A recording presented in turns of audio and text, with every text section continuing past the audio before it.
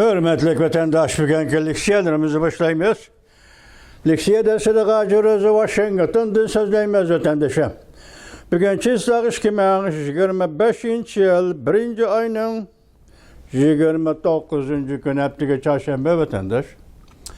Bugünkü vaziyetten aysak avval birinci bulup bugün nima deydi desiniz? Yaponiyadagi Xitoyning yosh faylasuf obzorchilardan birisi Jiang Xinje bilisizlar. Jiang Xinje degan mundaq deydi. Vaziyatning bir abzasi.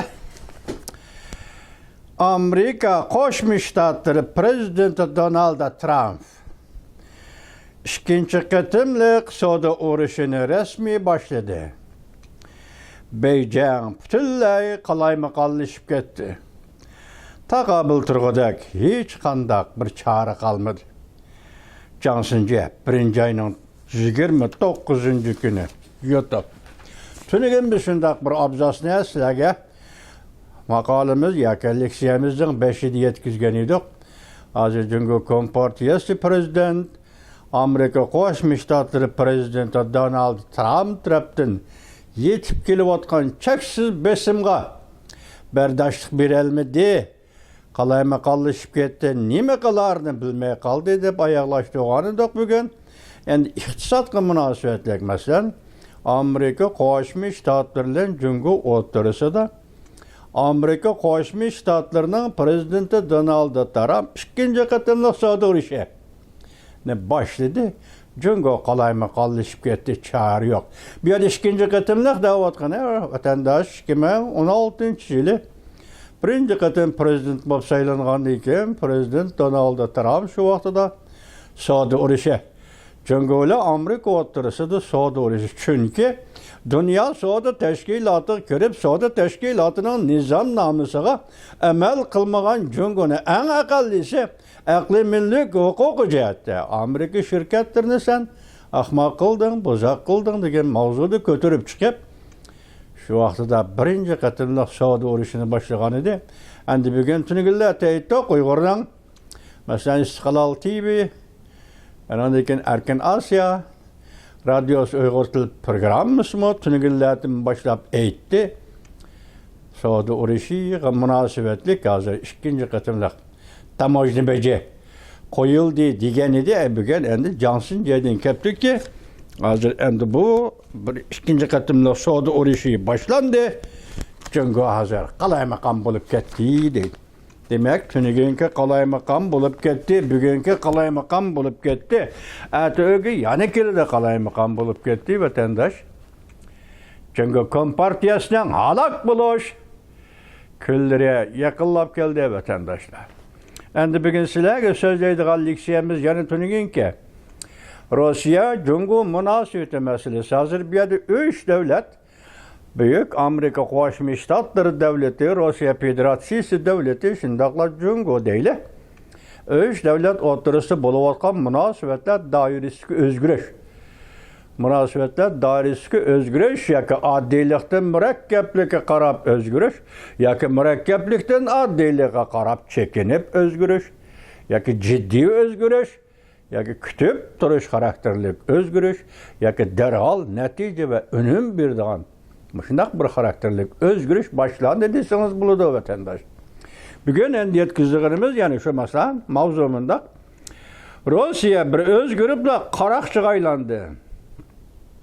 Xitoylar o'zi qo'yayotgan mavzu, o'z so'zlayotgan gaplarmi? Rossiya bir o'zgaribla qaroqchiga aylandi. Xi Jinpingning yuziga qattiq bir qachat soldi. Mavzuli xabar 1. ayning 28. kuni Erkin Osiyo Xitoy tili programmasi shundaqla büyük irator betida e'lon qilindi. Xabar qanday boshlandi vatandosh? Jungo bilan bo'lgan do'stlik cheksiz hisoblangan do'stlikda cheksiz do'stlik deb hisoblaydigan Rossiya qatnash, tushish, cheklangan talonni o'ttirib chiqib, fuqarolar va armiya taraf o'xshashli ishlatishga bo'ladi deb belgilangan tovar mahsulotlarni Moskva Rossiyaning chegarasi ichida temir yo'l tutib qoldi. Ondan keyin Jungoni Yevropaga tuşuvatkan maddi tuvarlı Rusya çigrası ötkende tutup kalende. Yani Cungo'nun poyzi Cungo'dan Yevropaga ketivatkanda Rusya zeminidin ötevatkanda tutup kaldı. Mingden artık kartiner 3 ay tutup kalende. Cümleden bunun içinde Rojdestvo bayramı günü giydiğin kiyimle ve erler giydiğin peşmetle, erbiyle işiltidiğin buyum mesulat Qatarlıq buyumlarını tutup kaldı. Obzorçular mundaq hesaplap bak.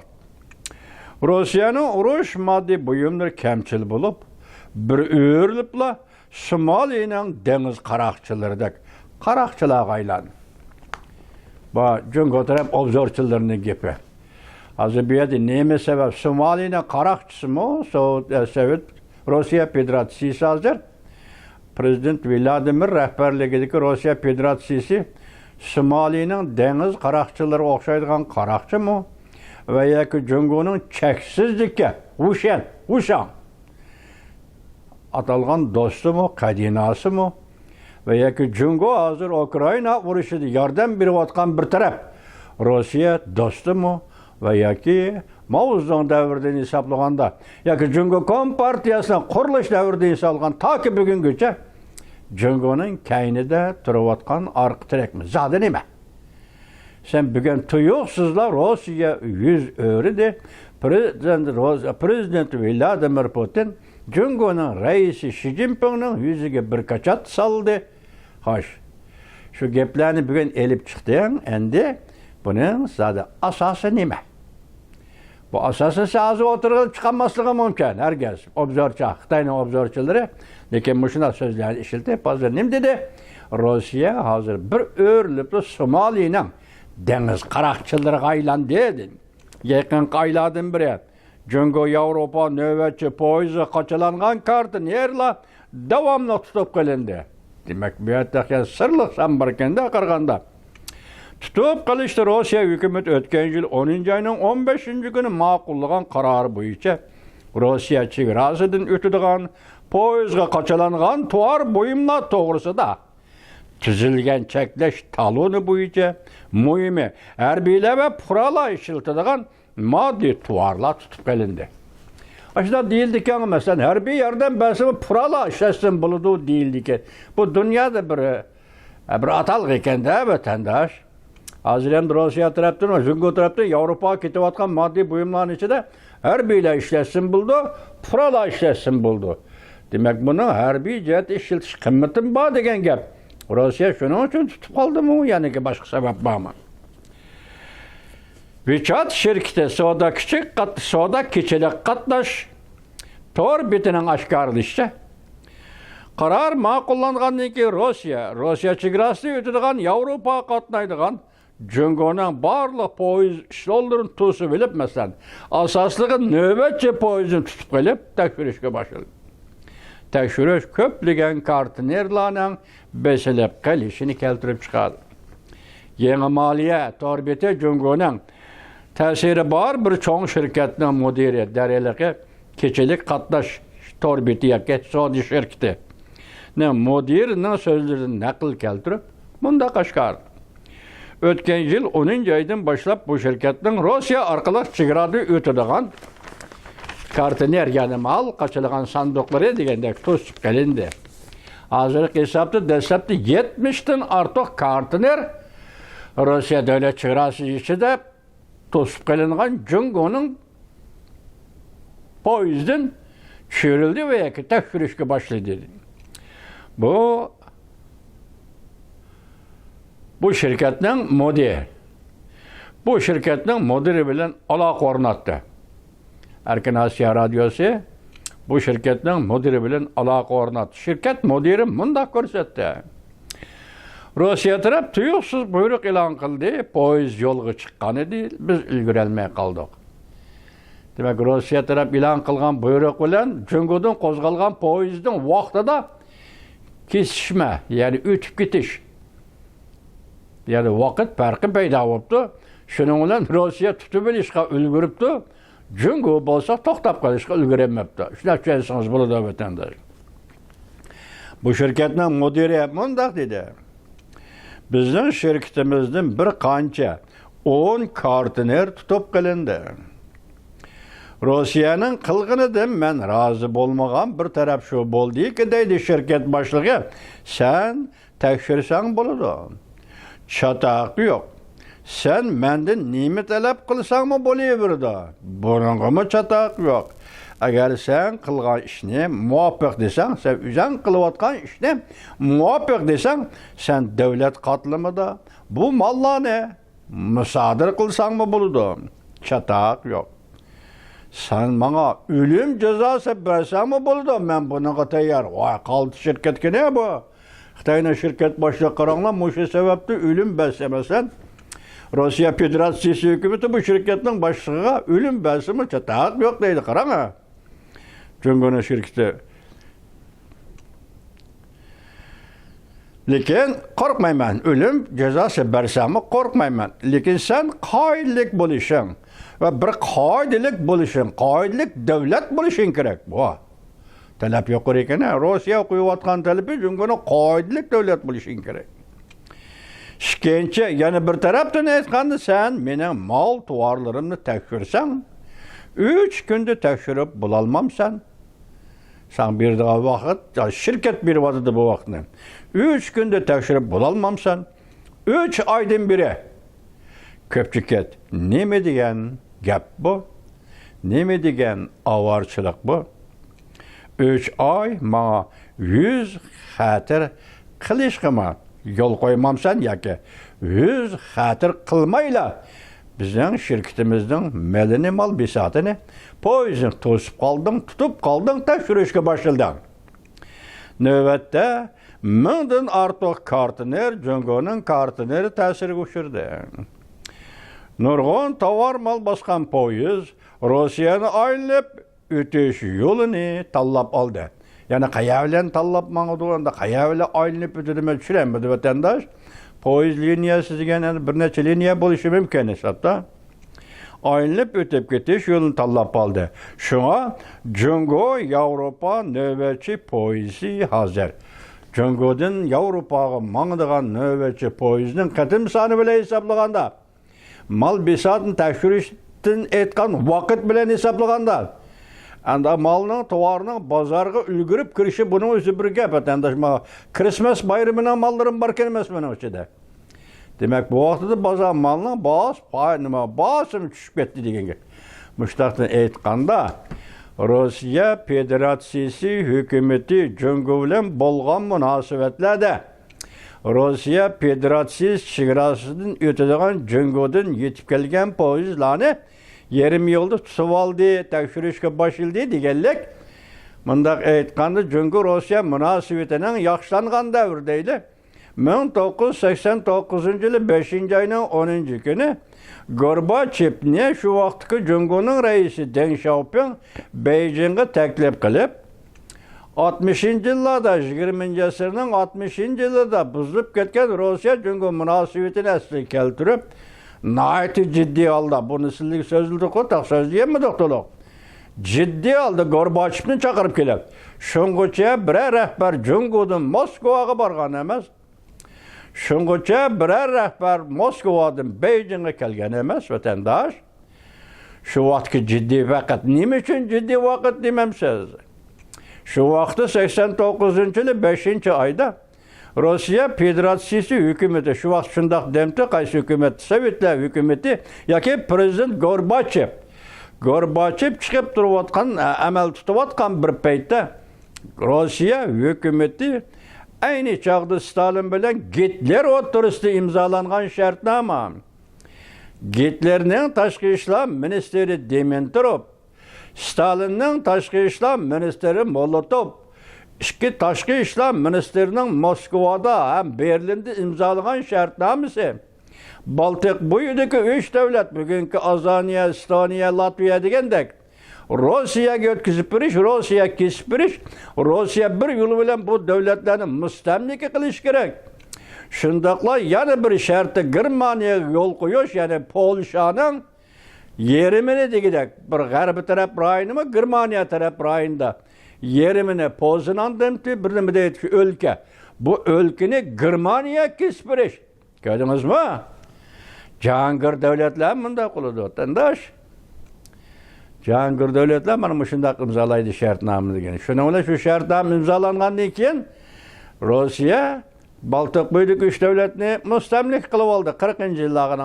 40-yillarga kelganda bu shartnoma 39-yillar atrofida imzolangan shartnoma. Şu fursatı, şu shartnoma bo'yicha Gitler 2. Dünya urushini qo'zg'adi. Polshaning shu qismini besib oldi. Chexoslovakiyaga hujum qildi avval dastlab degandek. Şu vaqtida Gitler bu shartnoma bo'yicha 2. Dünya urushini qo'zg'adi. Endi bu shartnoma 1989-yili 5-oyda Gorbachev hukumati tarafidan bekor qilindi. Bu Stalinning shaxsiy ishi edi degan sababni qo'ydi bo'ldi, kifoya bekor qilindi. Bu shartnomaning bekor qilinishidan cho'chib ketgan, qo'rqib ketgan, o'rnida o'ltira olmay qolgan, xuddi jinining uchiga o'ltirib qolgandek o'zini shundoq beoromsizlik his qilib turgan Jungoning rahbari Deng Xiaoping oldirab tinab Gorbachevni Beijingga chaqirib kelib, nima dedi? Oltağan o'rnidan turib, Sapadni o'rnidan turib, Gorbachevni chaqirib, o'rnidan turib, Gorbachevning oldiga kelib shundoq dedi. Sizlar hozir shartnomani bekor qilyapsizlar, esinglarda bo'lsin. Biz sizlarga bir Xinjiang barobarida zaminni berib o'tgan. Bu zamin Deng Xiaopingning onasining mulkimi yo dadasining mulki 5 kun bilmaydi, qaysi zamin ekanligini bilmaydi. Bir Xitoychi muttahamlik bilan Gorbachevning oldida muttahamlik qilayotgan gap. Buning ma'nosi bir Xinjiang ma'nosida zaminni sana berib o'tgan. Endi sen bugun shartnomani bekor qilyapsan, Xinjiang to'g'risida Rus bilan Xitoy o'rtasida imzolangan shartnomani bekor qilma degan edi vatandosh.